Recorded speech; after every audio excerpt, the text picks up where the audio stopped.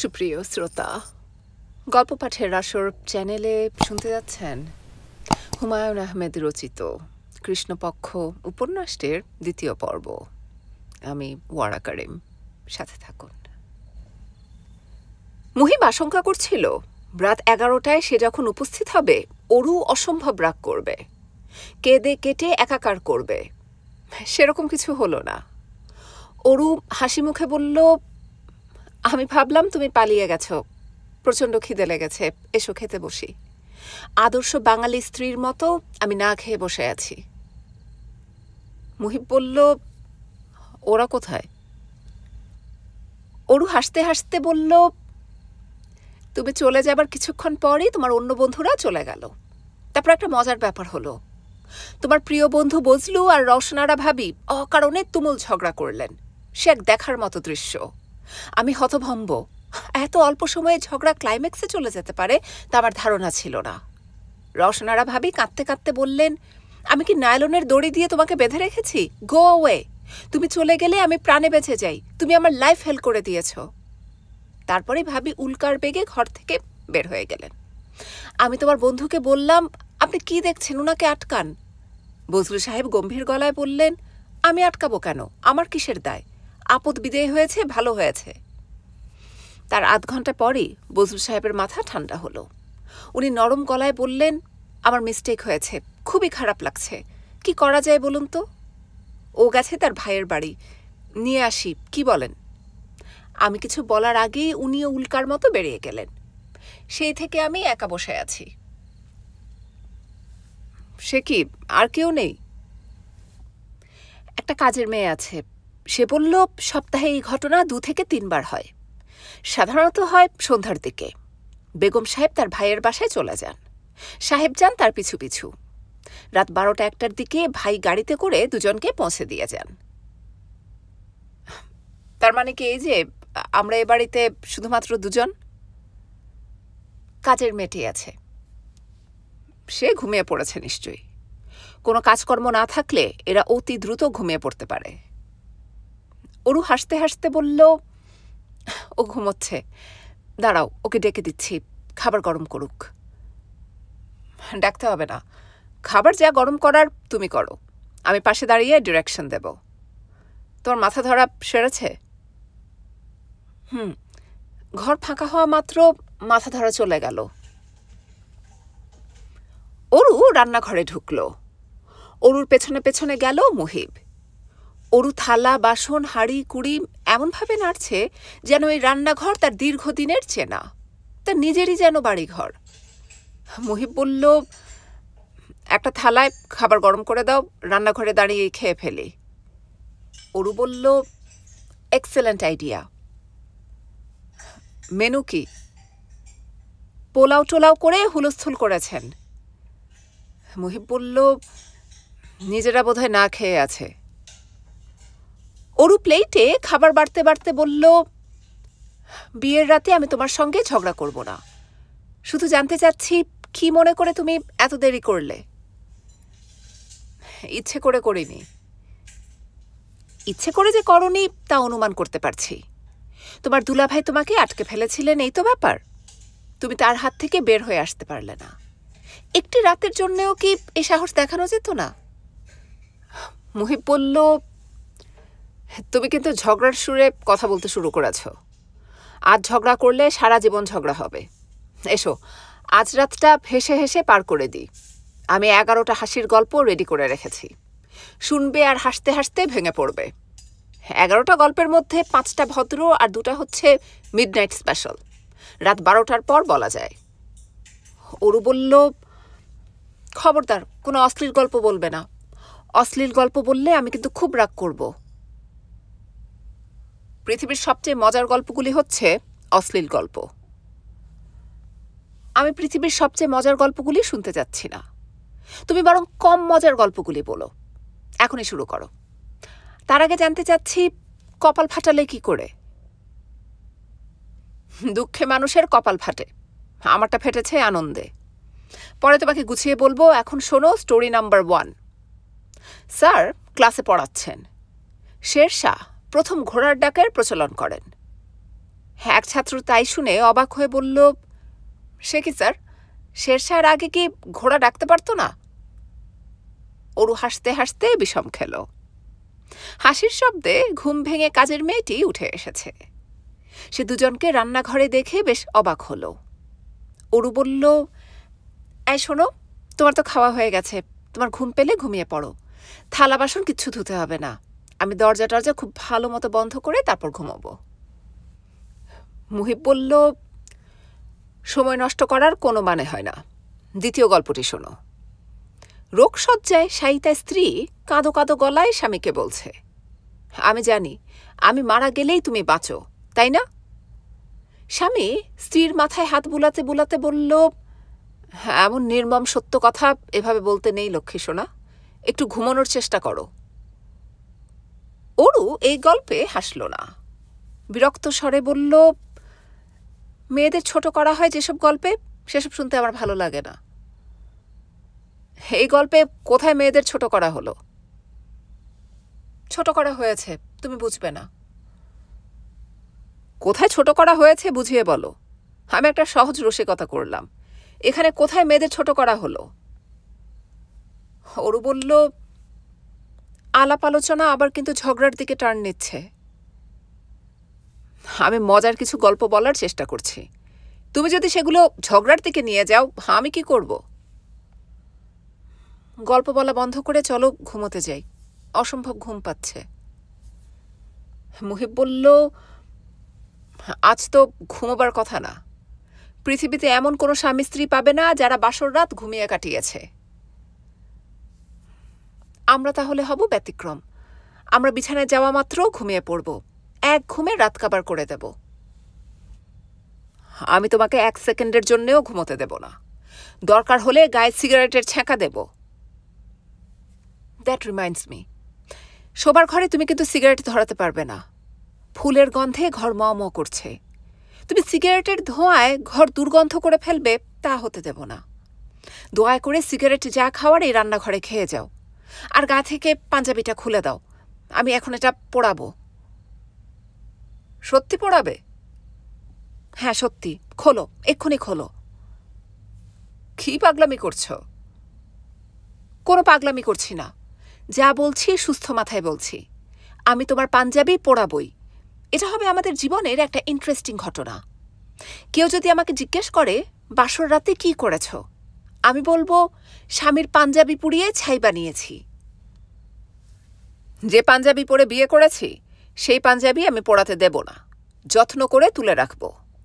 আমার ছেলে এই পাঞ্জাবি পরে বিয়ে করতে যাবে। পাঞ্জাবি পোড়ানো হলো না, তারা একসঙ্গে শোবার ঘরে ঢুকল। অরু বলল, তুমি শুয়ে পড়ো, আমি শাড়ি পাল্টে আসছি। সিল্কের শাড়ি পরে আমি ঘুমোতে পারবো না। রসনারা ভাবির কাছ থেকে আমি একটা সুতির শাড়ি রেখে দিয়েছি। শাড়ি পাল্টে আসতে চাচ্ছ আসো, কিন্তু খবরদার ঘুমের নাম মুখে আনবে না, সারা রাত জেগে থাকতে হবে। আচ্ছা যাও, সারা রাত জেগে থাকবো। হাই তুলতে পারবে না এবং বলতে পারবে না যে ঘুম পাচ্ছে। আচ্ছা বাবা যাও, বলবো না। শাড়ি পাল্টে সে অরু দেখে মুহিব ঘুমোচ্ছে, গাঢ় ঘুম। অরু তাকে জাগালো না, মাথার কাছে বসে মাথায় হাত বুলাতে বুলাতে অসংখ্যবার বলল, আমি তোমাকে কতটুকু ভালোবাসি তা তুমি কোনো দিনও জানবে না, তোমার পক্ষে জানা সম্ভব নয়। পৃথিবীতে আজ এই মুহূর্তে আমার চেয়ে সুখী মেয়ে কেউ নেই। তার চোখে পানি এসে গেল। ঘরের চার কোণায় ঘিয়ের প্রদীপ জ্বলছে, ফুলের গন্ধে বাতাস সুরভিত। শেষ রাতে আকাশে চাঁদও উঠল। প্রদীপের আলোর সঙ্গে চাঁদের আলো মাখামাখি হয়ে নতুন এক ধরনের আলো তৈরি হল।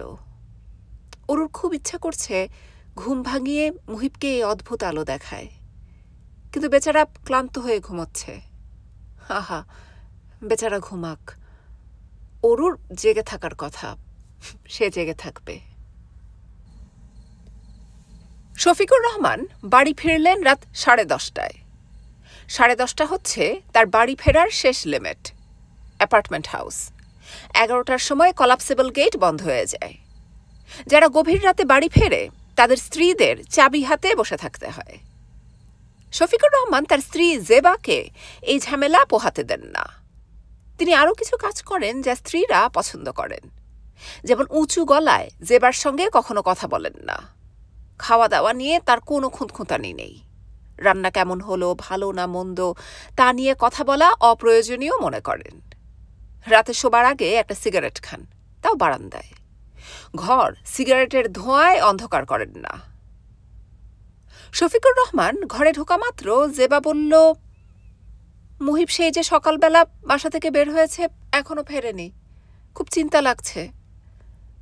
তিনি কাপড় ছাড়তে ছাড়তে বললেন, চিন্তা লাগার কি আছে, ও তো কচি খোকা নয়। কোনো খোঁজ না দিয়ে সারাদিন বাইরে, আমার খুব অস্থির লাগছে। শফিকুর রহমান বাথরুমে ঢুকে পড়লেন। তিনি স্ত্রীর অস্থিরতা কমাতে পারতেন, বলতে পারতেন, মুহিব ভালোই আছে, দেখা হয়েছে কিছুক্ষণ আগে। তা বললেন না। অকারণ অস্থিরতা তার ভালো লাগে না। জেবার অনেক কিছুই তার ভালো লাগে না, তা তিনি প্রকাশ করেন না। তিনি ঝামেলাবিহীন সংসার পছন্দ করেন। অফিসে অনেক ঝামেলা সহ্য করতে হয়। সংসার ঝামেলা শূন্য হওয়া সেই জন্যেই এত দরকার। নিজের বিরাট বাড়ি ছেড়ে তিনি অ্যাপার্টমেন্ট হাউসে উঠে এসেছেন ঝামেলা কমানোর জন্যে। ছোট্ট সংসার, ছবির মতো গোছানো অ্যাপার্টমেন্ট থাকবে। কাজের লোক বা বাড়তি লোকের কোনো যন্ত্রণা থাকবে না। বাড়তি মানুষের যন্ত্রণা তাকে বলতে গেলে প্রায় সারা জীবন সহ্য করতে হয়েছে। মুহিব আছে তার বিয়ের পর থেকেই। নিজের বাড়িতে যখন ছিলেন, মুহিবের উপস্থিতি তেমন চোখে পড়েনি। এখানে চোখে পড়ছে। তার মেয়ে সারাকে নিয়ে যেসব আলহাদি করে, তাও তার পছন্দ নয়। পরশু রাতে অফিস থেকে ফিরে দেখেন বারান্দায় মুহিব লম্বা হয়ে শুয়ে আছে।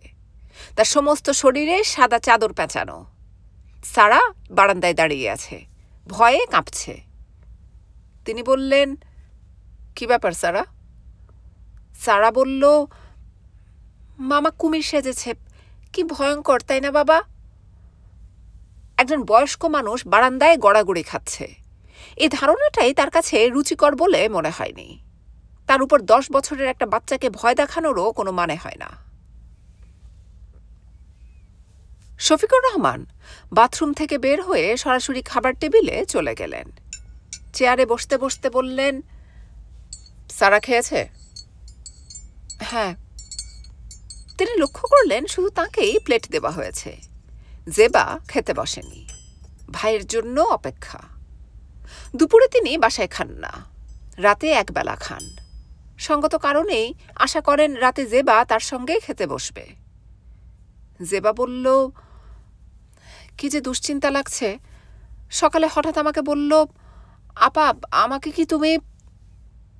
জেবা কথা শেষ করল না, কারণ তার মনে হলো মানুষটা কিছু শুনছে না। জেবা বলল, আরেক চামচ ভাত দেই? শফিকুর রহমান বললেন, আরেক চামচ ভাত লাগলে আমি নিয়ে নেব, তোমাকে দিতে হবে না। খাওয়া শেষ করে তিনি মেয়েকে দেখতে গেলেন। মেয়েটার সঙ্গে খানিকক্ষণ কথা বলতে পারলে ভালো লাগতো। কথা বলা যাবে না, সারা নিশ্চয়ই ঘুমিয়ে পড়েছে। 10টার পর সে 1 সেকেন্ডও জেগে থাকতে পারে না। শফিকুর রহমান ঘরে বসে বাতি জ্বালাতেই সারা উঠে বসল। কোমল গলায় বলল, কেমন আছো বাবা? ভালো আছি মা, তুমি ঘুমাওনি? ঘুম আসছে না। দুপুরে ঘুমিয়েছিলে? না।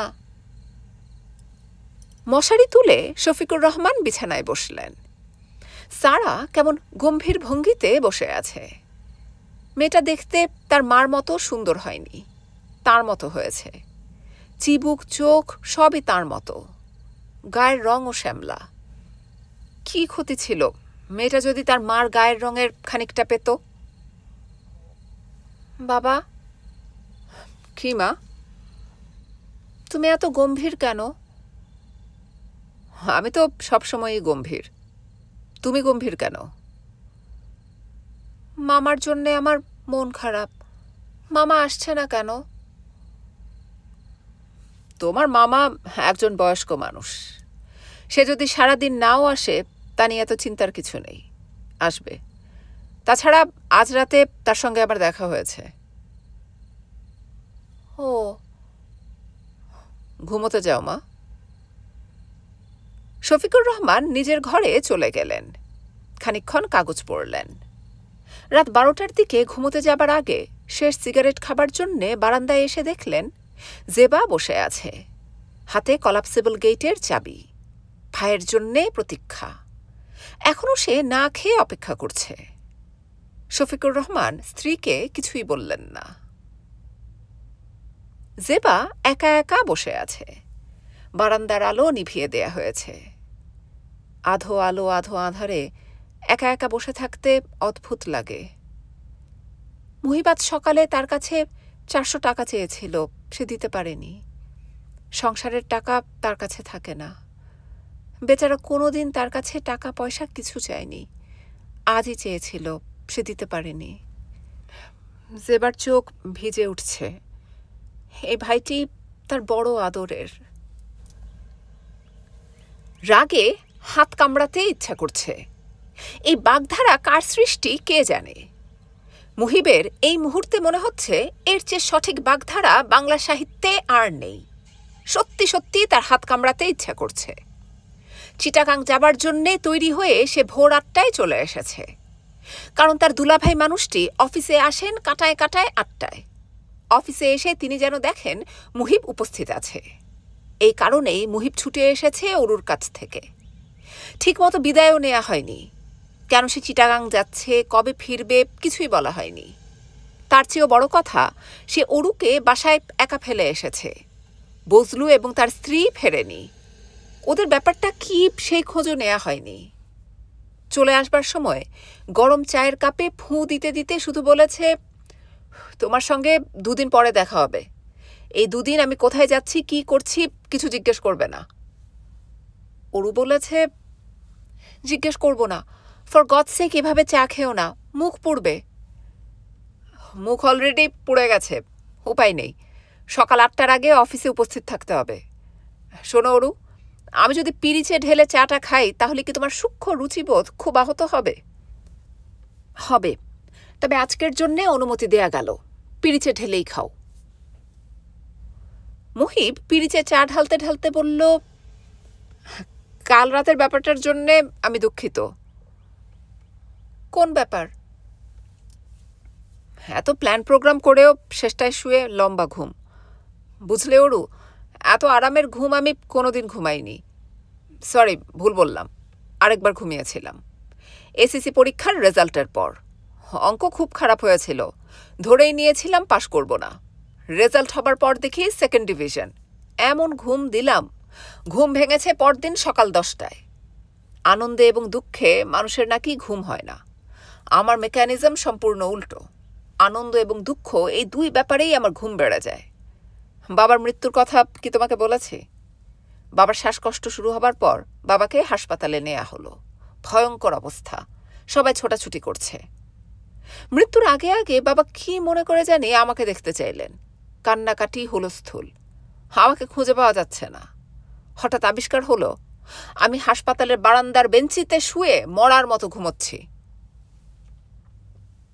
অরু বলল, ঘুমের মধ্যে কি তোমার কথা বলার অভ্যাস আছে? আছে, কথা বলার অভ্যাস আছে, নাক ডাকার অভ্যাস আছে, বিছানা থেকে গড়িয়ে পড়ে যাবার অভ্যাস আছে। আরেকটা অভ্যাস খুব ছোটবেলায় ছিল, তোমার সূক্ষ্ম রুচির কারণে বলতে পারছি না। অভয় দিলে বলি। বলার দরকার নেই। বুঝতে পারছো বোধহয়, জল ঘটিত ব্যাপার। আচ্ছা চুপ করো তো, 7:21 বাজে। কি সর্বনাশ! এরকম ছটফট করবে না তো, চুপ করে বসো। জলে ভেসে যাক তোমার অ্যাপয়েন্টমেন্ট, আই ডোন্ট কেয়ার। আচ্ছা যাও, বসলাম। এখন বলো, আমাকে বিয়ে করে তুমি কি সুখী হয়েছ? মুহিব হাসতে হাসতে বলল, বিয়ে যে করেছি তাই তো বুঝতে পারছি না। এখনো তোমাকে প্রেমিকার মতো লাগছে, স্ত্রীর মতো লাগছে না। কি করলে স্ত্রীর মতো লাগবে? একটু ঝগড়া করো তো। মুহিব হাসছে, শব্দ করে হাসছে। অরুর মনে হলো এত সুন্দর করে একটা মানুষ কিভাবে হাসে? খুব যেদিন তাড়া থাকে সেদিন বেবি ট্যাক্সি পাওয়া যায় না। যদিও পাওয়া যায়, সেই বেবি ট্যাক্সির স্টার্ট কিছুক্ষণ পর পর বন্ধ হয়ে যায় এবং সেদিন রাস্তায় সবচেয়ে বেশি জ্যাম থাকে। মুহিবের বেলায় কোনোটাই ঘটল না। সে কাঁটায় কাঁটায় 8টার সময় অফিসে উপস্থিত হলো। সে বেবি ট্যাক্সি থেকে নামার কিছুক্ষণ পরেই এলেন শফিকুর রহমান। মুহিবকে যথাসময়ে উপস্থিত দেখে তিনি আনন্দিত হলেন কিনা বোঝা গেল না। শুকনো মুখে বললেন, আমার পিএকে চিঠি টাইপ করতে দিয়েছি, ওর কাছ থেকে চিঠি নিয়ে যেও।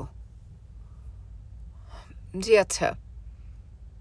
একটা পিক আপ যাবে চিটাগাং, ড্রাইভার এলেই রওনা হয়ে যাবে। জি আচ্ছা। কাল রাতে কোথায় ছিলে? বাসায় ফেরোনি কেন? তোমার আপা দুশ্চিন্তা করছিল। যেদিন বাসায় ফিরবে না বলে আসবে। মুহিব তৃতীয়বারের মতো বলল, জি আচ্ছা। তাকে একটা টেলিফোন করে জানাও যে তুমি ভালো আছো এবং চিটাগাং যাচ্ছ। কী কারণে যাচ্ছ তাও জানাতে পারো, সে খুশি হবে। মুহিব বাসায় টেলিফোন করল না। সবাই খানিকটা দুশ্চিন্তা ভোগ করুক। চাকরি হবার পর সে দেখা যাবে। আপাকে সালাম করে বলবে, আপা, তুমি হচ্ছ এই পৃথিবীর সর্বশ্রেষ্ঠ মহিলা। তোমার মতো ভালো মেয়ে এই পৃথিবীতে আগে জন্মায়নি, ভবিষ্যতেও জন্মাবে না। এই কথাগুলি আপাকে অনেকবার বলতে ইচ্ছা হয়েছে, কখনো বলা হয়নি। এই ধরনের নাটুকে কথা বলা মুশকিল। তাছাড়া নাটুকে কথা শুনে আপা হেসে ফেলে বলতে পারে, এক চড় খাবি। পিক আপের ড্রাইভার সকাল 10টায় এসে উপস্থিত হল। বিরস মুখে বলল, গাড়ির ব্রেকে গন্ডগোল আছে, ব্রেক ঠিক না করলে গাড়ি বের করা যাবে না। মুহিব বলল, ব্রেক সারাতে কতক্ষণ লাগবে? এই ধরেন 1 ঘন্টা। ওয়ার্কশপে না নিলে বুঝবো না। সে যদি বলতো ঘন্টা 2 লাগবে, তাহলে বজলুর বাসা থেকেই ঘুরে আসা যেত। ওরও নিশ্চয়ই এখনো যায়নি। মুহিব বলল, আমরা তাহলে 11টার দিকে রওনা হচ্ছি। জি। 1 ঘন্টা সময় কাটানোই সমস্যা। আপাকে একটা টেলিফোন করলে অবশ্যই অনেকটা সময় কাটবে। আপা আধা ঘন্টার আগে টেলিফোন ছাড়বে না। মুহিব শুধুমাত্র সময় কাটানোর জন্যেই টেলিফোন করল।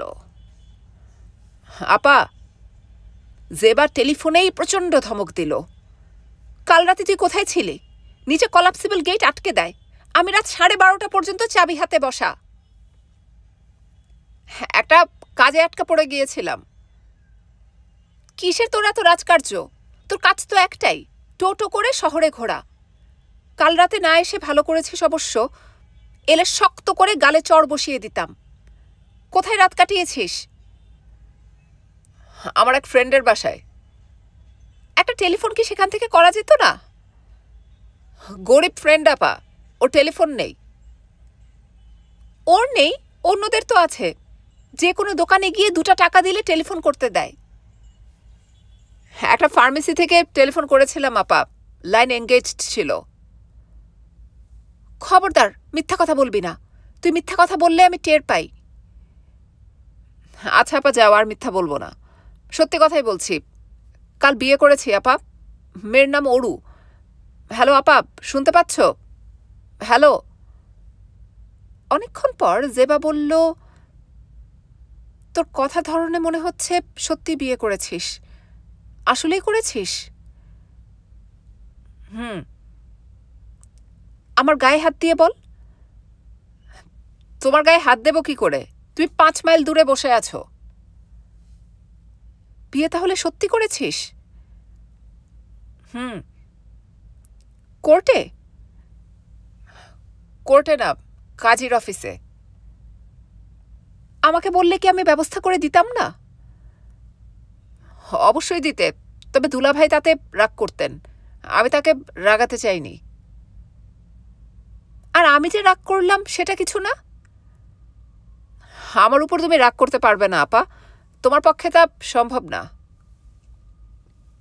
সম্ভব না কেন? কারণ এই পৃথিবীতে যত মেয়ে জন্মগ্রহণ করেছে এবং ভবিষ্যতে যত মেয়ে জন্মগ্রহণ করবে, তুমি তাদের সবার উপরে।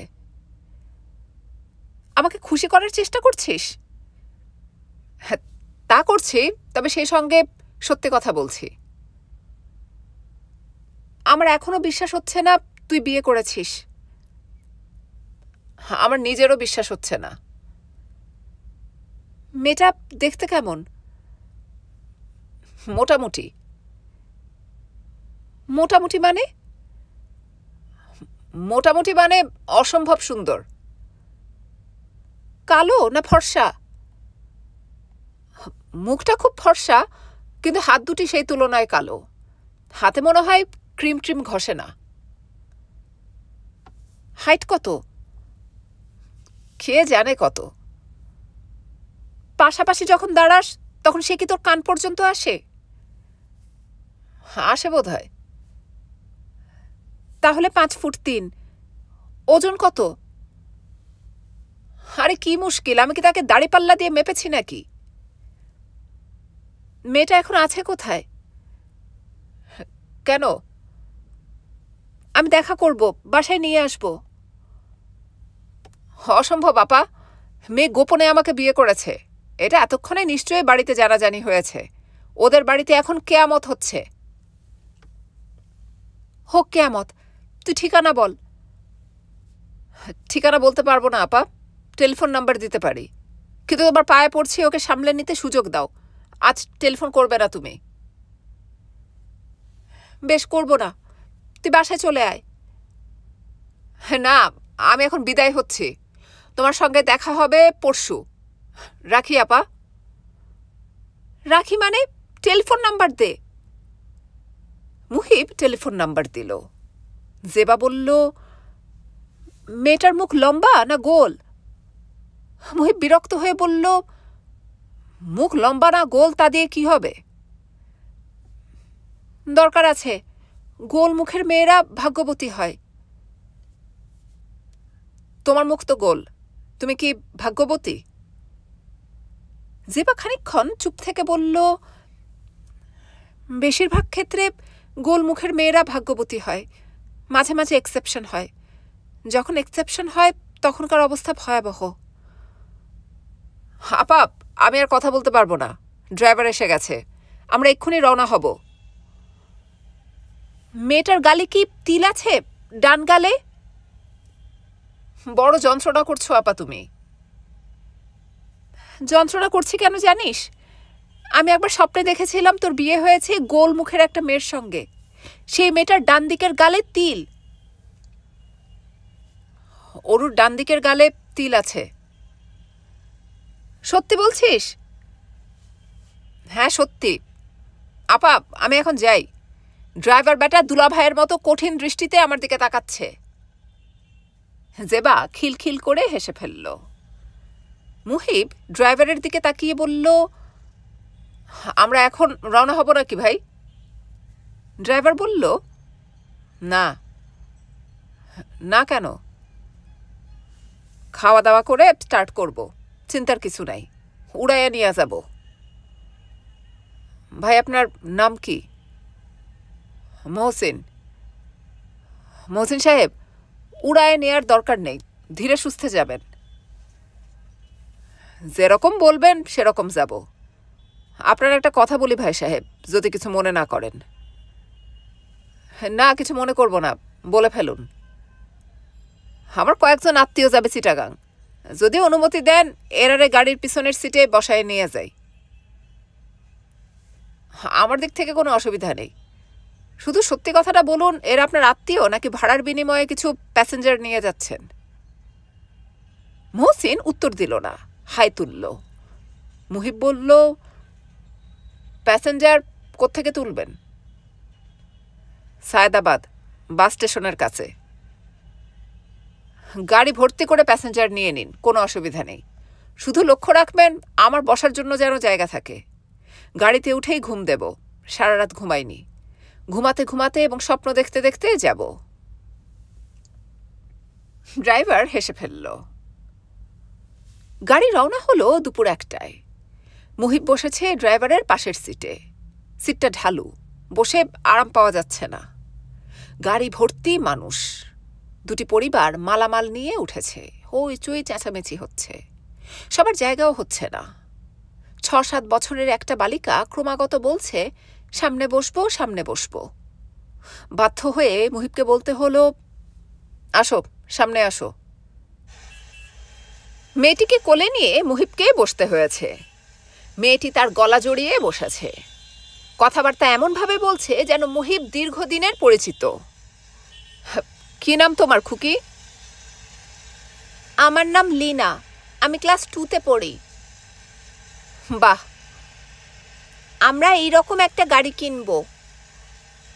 এত বড় গাড়ি কিনবে? এর চেয়েও বড় কিনব, লাল রঙের। খুব ভালো। আব্বু কিনে দেবে, আব্বুর অনেক টাকা আছে।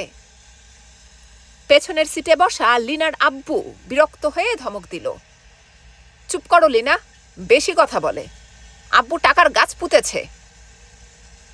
লিনা সাময়িকভাবে চুপ করল। লিনার বাবা মুহিবের দিকে তাকিয়ে বললেন, স্যার একটা সিগারেট খাবেন? বেনসন আছে। মুহিব বলল, এখন ইচ্ছা করছে না। যখন ইচ্ছা করে আমাকে বলবেন। লম্বা জার্নি সিগারেট ছাড়া হয় না। আমি 10টা বেনসন কিনেছি। আর স্যার, মেয়ে যদি বেশি বিরক্ত করে চড় দিবেন, ঠান্ডা হয়ে যাবে। বিচ্ছু মেয়ে, সাথে নিয়ে বের হই না। বাধ্য হয়ে ঢাকায় গিয়েছিলাম, আমার ছোট শালকের বিবাহ ছিল। পরিবার নিয়ে যেতে হলো। 3000 টাকা গচ্চা, হাত একেবারে খালি। স্যারের গাড়ি পাওয়ায় রক্ষা হয়েছে। মুহিব লক্ষ্য করল লিনার বাবারও কথা বলার রোগ আছে। মেয়ে সম্ভবত বাবার কাছ থেকেই কথা বলার বিদ্যা আয়ত্ত করেছে। আমার শ্যালক ব্যাংকে কাজ করে, আরব বাংলাদেশ ব্যাংক। তাই নাকি? জি স্যার। আর মেয়ের বাড়ি মেহেরপুর। অবশ্য তারা এখন ঢাকায় সেটেলড। মেয়ে আপনার MA পাস। খুবই ভালো। লিনা ঘুমিয়ে পড়েছে কিনা একটু দেখেন তো স্যার। ঘুমিয়ে পড়লে মুখের লালায় শার্ট ভিজিয়ে দেবে, একটু কেয়ারফুল থাকবেন স্যার। গাড়ি প্রায় উড়ে চলছে। মহসিন একের পর এক গাড়ি ওভারটেক করছে। এখন পাল্লাপাল্লেই চলছে একটা ট্রাকের সঙ্গে। ট্রাক কিছুতেই সাইড দিচ্ছে না। ট্রাকের পেছনে লেখা মায়ের দোয়া।